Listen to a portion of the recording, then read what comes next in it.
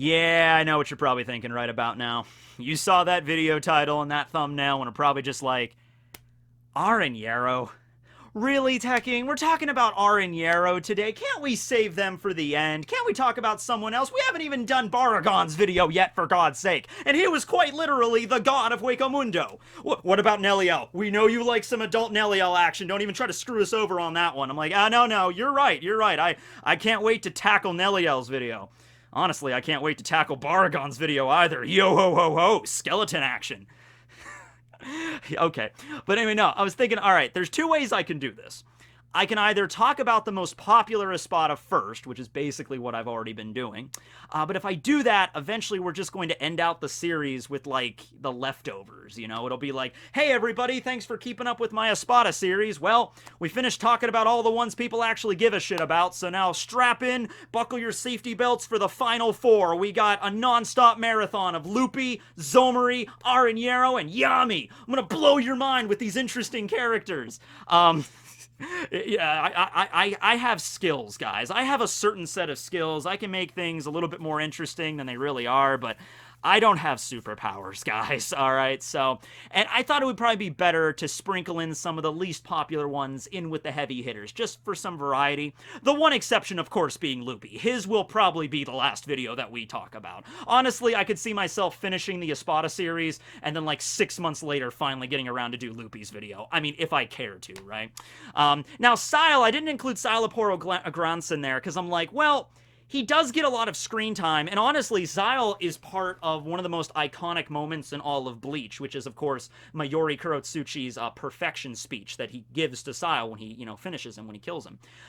That's a great moment, but Szayel himself is, like, really creepy, and I've never encountered a Bleach fan in my life that was like, oh yeah, my favorite Bleach character, Szayelaporro Grants.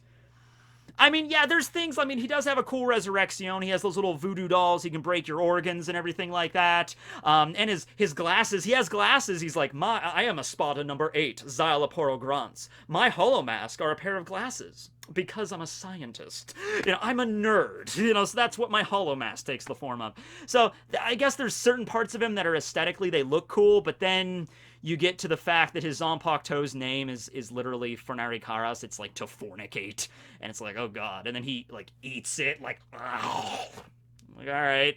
And then you get to, like, the Gabrielle technique with Nemu, which they had to censor big time in the anime. And he's a pretty creepy fellow, okay? So he's kind of on the fence there. But no, I figured it'd probably be best to talk about Aaroniero today. And hey, come on, I also get to talk about Rukia-chan, you know, Kawaii Desune. I mean, come on now, that's just a bonus for me. So, Aaroniero, probably the most interesting thing about them is the fact that they are two giant tennis balls floating in a vat of goo. Like, aesthetically, they're the most interesting Espada, like, by far. I mean, come on now. You just look at this and you're like, I have so many questions. Rukia did as well. I remember when Rukia first saw Aaroniero's true form, which is ironically enough, when Aizen took over and he changed all of Las Noches, he added the sky and the light and everything. Aaroniero was actually kind of annoyed by that because there were a lot of hollows that they can't even use their powers unless they're in the dark. And what did Aizen do? He set up shop and remodeled the whole damn palace and added light everywhere. And so Aaroniero was a little bit peeved by that. But when Aaroniero's facade dissolves, when Kaien Shiba's facade dissolves away, and she can actually see what they look like, her first question is, what are you? And they instead give their names. You know, we are known as Espada number 9, Aaroniero Arruruerie. And I love their voices. Their voices are another thing. Their voices, their appearance, and their name is also really interesting. Like, it's just fun to say. Aaroniero Arruruerie, Aaroniero Arruruerie. And they look cool, and in the voice, at least in the dub, I do believe they do it in the Japanese as well, but in the English dub, they had, like, this super deep male voice for one of the heads, and then this really high-pitched, distorted female voice for another one. I think actually Wendy Lee is the one that gives the voice for the female head. I don't know who does for the male head or anything. But it's this really interesting voice effect they do, and it just sounds cool. It's like, I am Aaroniero. And I am Arruruerie. actually, we get something in the, I think the Arrancar Encyclopedia, where Geen was talking about them, and they're like, so which one is Aru, and which was wait, Aaroniero. So which one is Aru and which one is Nero? And the male head is like, I am Aru. And the female head is, I am Nero. And then they get mad at Gin, like, wait a second, it's not a combined name. We are both Aaroniero Arruruerie. And I know it was meant for a joke, but it does bring up some interesting things. But yeah, so they announce themselves to Rukia. It's like, we are Espada number 9, Aaroniero Arruruerie. And they just say it like it's not a big deal. And Rukia's there like, okay, that's great. I know your names now, but you still haven't explained to me what the hell you are. Because you look like no hollow. I have literally been fighting hollows for like 150 years, and you look nothing like any I've ever seen. Arrancar, Espada, or otherwise. And Aaroniero is just like, you know, we've already told you, we are known as Espada number 9. We are Aaroniero Arruruerie. You know, and you know, we don't want to hear what you have to say about our faces. We are tired of hearing people's opinions on the matter. Right? So they're used to it. They're by the way, their body is apparently normal. Well, as normal as it can get. We never really see them take off their clothes beyond their glove, and underneath the glove is their zanpakuto, which takes the form of a tentacle hentai monster. So yeah, I don't really know if I want to see Aaroniero disrobe. But yeah, it's like 2 legs, 2 arms, hands, feet, torso. It's just at the neck. You just got no head and just a giant capsule containing these 2 heads, which will be represented in this video by the Magic 8-Ball head and the Pokeball head. Which one is which? Well, that's up for you to decide, really. You know, while I was setting up this video, I was thinking about Aaroniero, and you know what? I kind of came to an interesting conclusion here. Because in the Bleach universe, souls are a thing, and the whole reincarnation cycle is a thing. What if Aaroniero, when they were still alive, what if they were conjoined twins? That makes a lot of sense when you think about it, because now we have, you know, souls and everything, but what happens when you get the situation of, like, 2 souls merged in one body because of a birth defect, and you get conjoined twins? When they died, that might explain why their bodies got twisted and changed in such an unusual way. Now, Aaroniero was also the only Gillion amongst the Espada, but that's not the reason why they turned out the way they did. Remember, Nakim, one of Grimjow's Fraction, was also a Gillion before Aizen turned him into an Arrancar, and he looked perfectly normal. I mean, as far as Arrancar standards go. Actually, he looked fairly normal. He only had like half of his mask. The rest of him looked like a human, right?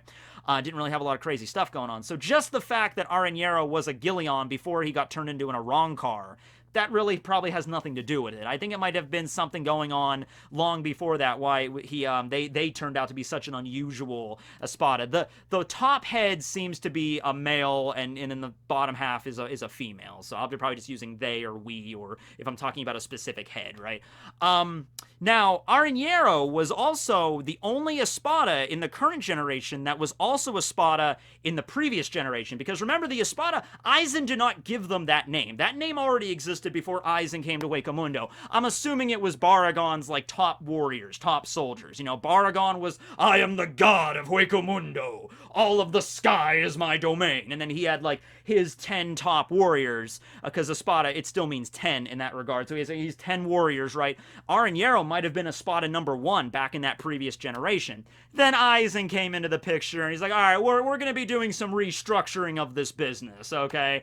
He took God off of his throne and gave him the position of number 2, which I feel like Aizen might have just done that to just screw with Baragon. You know, I mean, yeah, you could make the argument like Stark possibly was stronger than Baragon, but Baragon's ability was really devastating, okay? And it makes me wonder, like, if Baragon and Stark got into a fight, you know, that wouldn't be an easy fight for either of them, but I'm honestly kind of thinking that Baragon might have the upper hand just because of his Respira. You know what I mean? I guess it depends on how the Respira would affect Stark's wolves, but I feel like Aizen just, no, I'm making the former king number 2 just to rip out some of that ego. I just want to see his expression. He's going to be so pissed when I do that. I turned him into a number 2, you know? And Baragon never mentions it, by the way. He never mentions what Espada number he is. We don't see his tattoo on him.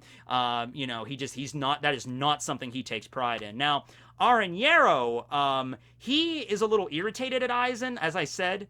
Now, Aaroniero, though, as I said, they are a little irritated at Aizen because of the changes he made, and they can't take their form as much as they would like because of the light everywhere.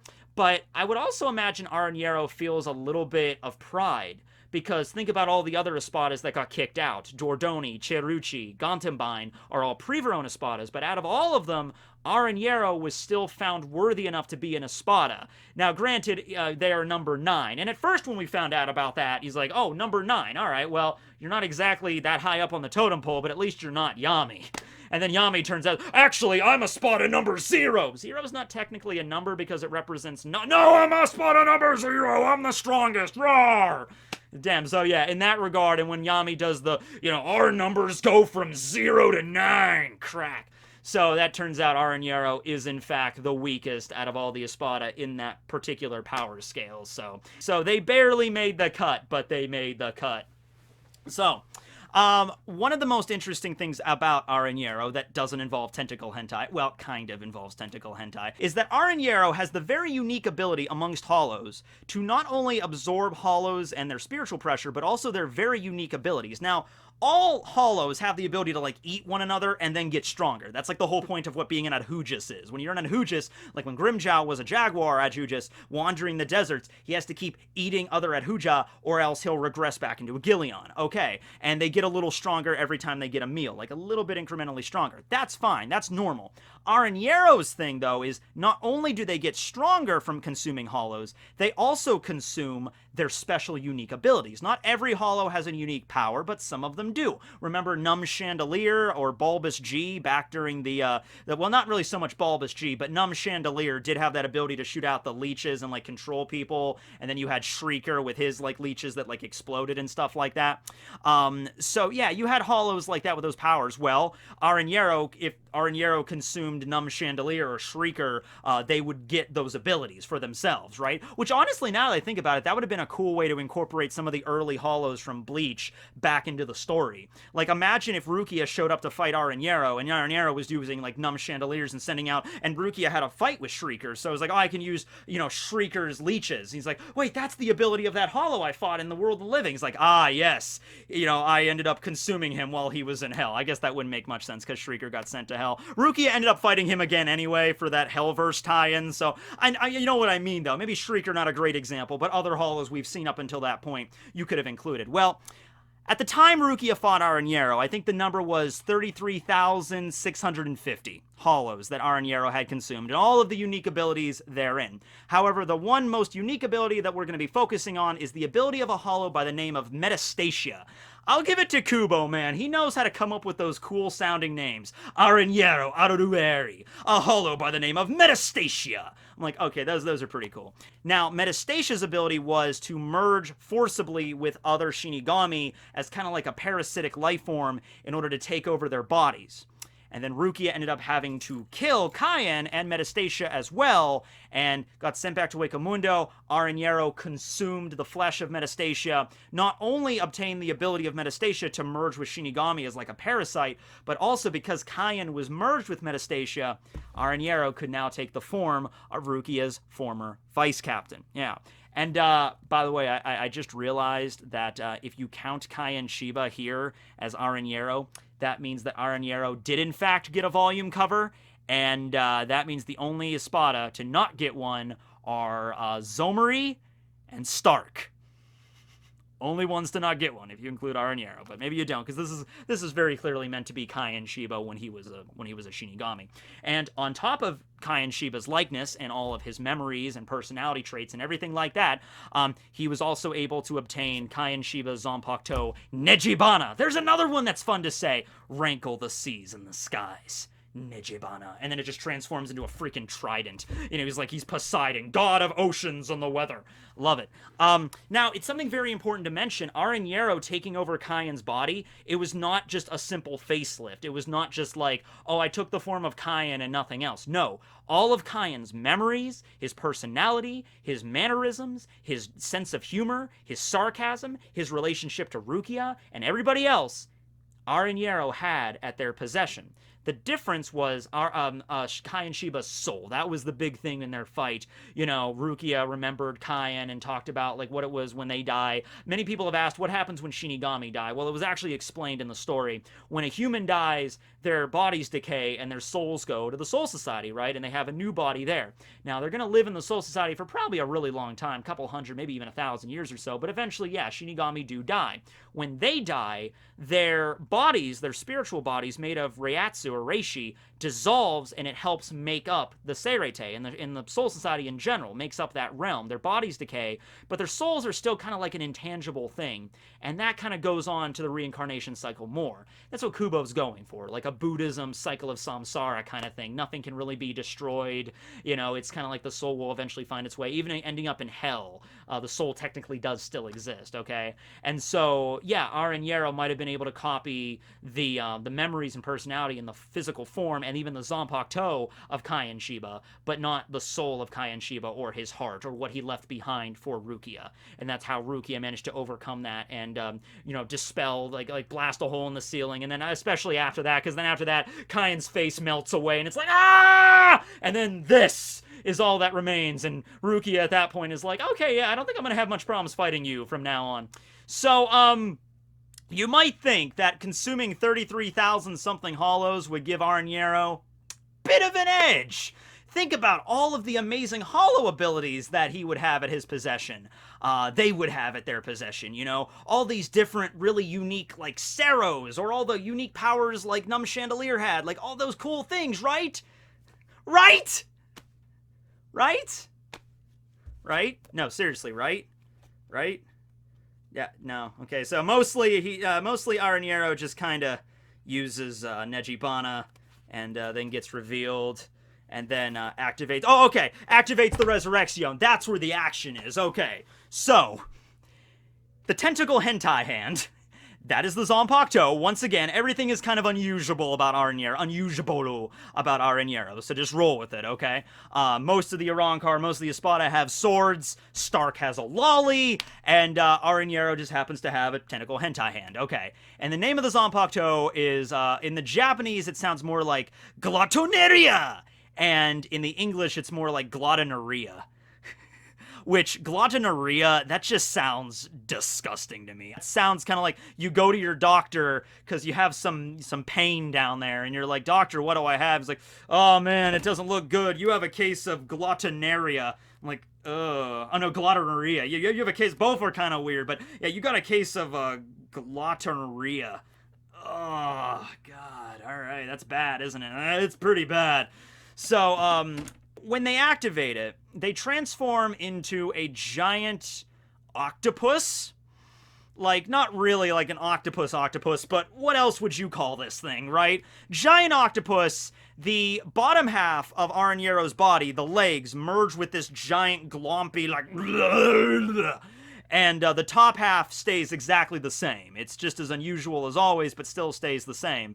So Aaroniero can still maintain the form of Kaien Shiba with Nejibana, while also maintaining this giant gelatinous, mutated octopus form. And, yeah, that's all we get from it. We don't get to see Aaroniero use a Cero or a Bala. Don't get to see any of the really unique techniques that 33,000 something hollows would give you. We just get to see, like, Metastasia's ability. That's it. And to top it off, the way that Rukia kills them. You look at okay. Let's picture Aaroniero as a video game boss for a moment. Let's say you're fighting through the stage, and then you get to the boss, and then this is the boss. What obvious attack point would you think to go for? Like, you know how those, like, really easy, like, and it's like the first boss, it's like it helps you out with it. It's like, target the giant flashing point in the center of its chest. That's its weakness. You look at Aaroniero and you immediately think, like just break its dome and then it dies? It couldn't possibly be that easy, right? Rukia gets impaled by Nejibana. Her sword is broken, but it's an ice sword, so it's okay. San no mai. Shirafune. White sword. Oh, you can't possibly do... Oh, crap. The dome cracks? It shatters. And I shit you not, the heads cannot live outside of that liquid. Because Rukia stabs the male head, and, you know, it gets split in half. Makes sense why it died. But the female head was perfectly fine. It just got knocked out of the liquid, and it's on the ground screaming and writhing in pain. Like, the air on its I hesitate to even say flesh, but the air just is causing so much pain, like it can't even breathe. Like, oh my god, it hurts! It hurts so much, Lord Aizen! Lord Aizen, please make the pain stop! Please! And then it just dies. I feel so bad for this poor creature. I mean, yeah, the whole thing was messed up with Kaien and everything, but man, I didn't think it was going to be that easy. Man, Rukia, all you had to do... I mean, I'm sure the dome was pretty durable. I'm sure it wasn't like Aaroniero was just like walking around Las Noches and tripped and fell like, no, and then just shattered apart and they died. Although maybe that could happen. I don't know. I mean, it was a pretty durable thing. Rukia was able to cut through it with her Zanpakuto, right? It's a Zanpakuto. It's a pretty badass one, but it's like, man, okay. So, I guess it makes sense why Aizen made them the number 9. Like, okay, like, Aizen's perspective here is like, alright, well, yeah, I guess you two could be Espada number 9. I guess you could still maintain the status. Like, yes, Lord Aizen, we shall please you. We are the only Espada that's able to evolve endlessly. I'm like, okay, cool. Just make sure that whenever you fight against an opponent, you use every single one of those abilities you've stolen to good use. Oh, yes, sir, we'll do all of that.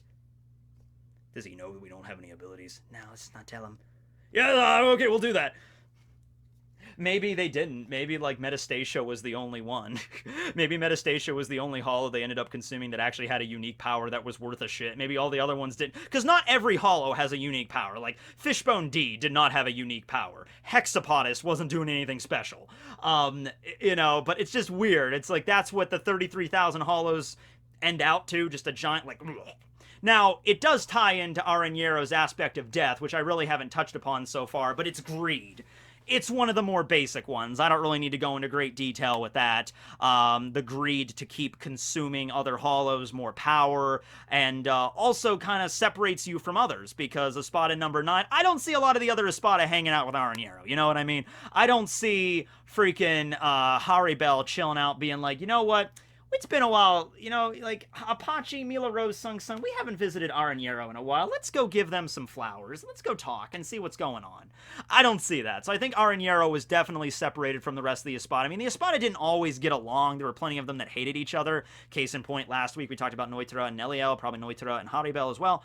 But it's like they're all working under the same banner, but I feel like, yeah, Aaroniero was the one that they probably just all avoided. Like, we don't want anything to do with that weird thing, you know, and it feels kind of bad, because when they were talking to Rukia, they were like, you know, we're tired of hearing people's opinions about our faces. So that implies that they might have been ridiculed when they were alive, and then even when they became hollows, they were probably ridiculed by others, and so it's like, you know what, screw it, we're just gonna devour, and devour more, until we are satiated, until we have enough to be happy. And that was what they did, and it washed in greed there. There was no Espada that I think represented the aspect of death of, like, gluttony, because they're not like the 7 deadly sins. It's not like a quick, you know, 1-to-1 ratio there. But greed and gluttony can often be, you know, mixed together as like a similar thing there. Like, for example, I'm playing, well, I already played Persona 5, but I'm playing Persona 5 Royal right now, and really getting deep into that. So if anybody's that played the game, the third palace, Kaneshiro, at first glance, you look at Kaneshiro and you think, oh, he's the aspect of greed, because he has, like, he just wants money, more money. But no, his aspect he actually represents in the game is gluttony, because he just wants to consume more and more. So you can kind of look at it from both aspects with Aaroniero. But yeah, now, Aaroniero did get a cameo in that Hellverse mention there I mentioned earlier when Rukia fought against Shrieker again. I believe at the end of that episode, we got to see Szayelaporro and Aaroniero get sent to Hell, and they were kind of like wondering wondering where they were at for a second. And then, oh man, who was the villain? Who was the villain of Hellverse? Shuren? I think Shuren is the name that pops into my head. I might be wrong. It's been a while since I've seen Hellverse. But he shows up and just destroys Szayelaporro. Szayelaporro at least tries to bust out a ground ray Sero on him. Aaroniero just goes into his, like, now it's a yellow octopus. Like, my octopus! I ate a hollow a long time ago that allows me to change my color at will. Beware my power! Beware our power! And then he just gets destroyed, and then Syl ends up getting destroyed, so that's just the way it goes there. But yeah, at least we got Aaroniero's Can't Fear Your Own World artwork. That actually looks rather horrifying. That is probably one of the more nightmare fuel kind of appearances with the heads now formed together. Like, they actually have a real body now, which I'm grateful. They're not in a glass tube anymore. At least their primary weakness in the story is removed when they finally merge with the Hogyoku. At least that's something to go on there.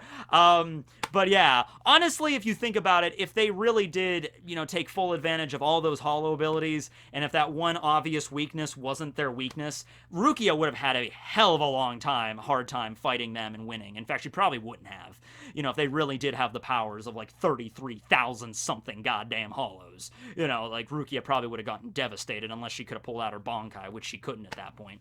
But that's Aaronieero. Figured I'd talk about them now. Next week, we'll be doing either Baragon or Neliel. Haven't decided which yet, but we'll see. And then we'll maybe talk about Zomari for a little bit and bounce back. All right. Have a great night, everybody. This will be Tekking101 signing out. Okay, one more time. Aaroniero Arruruerie.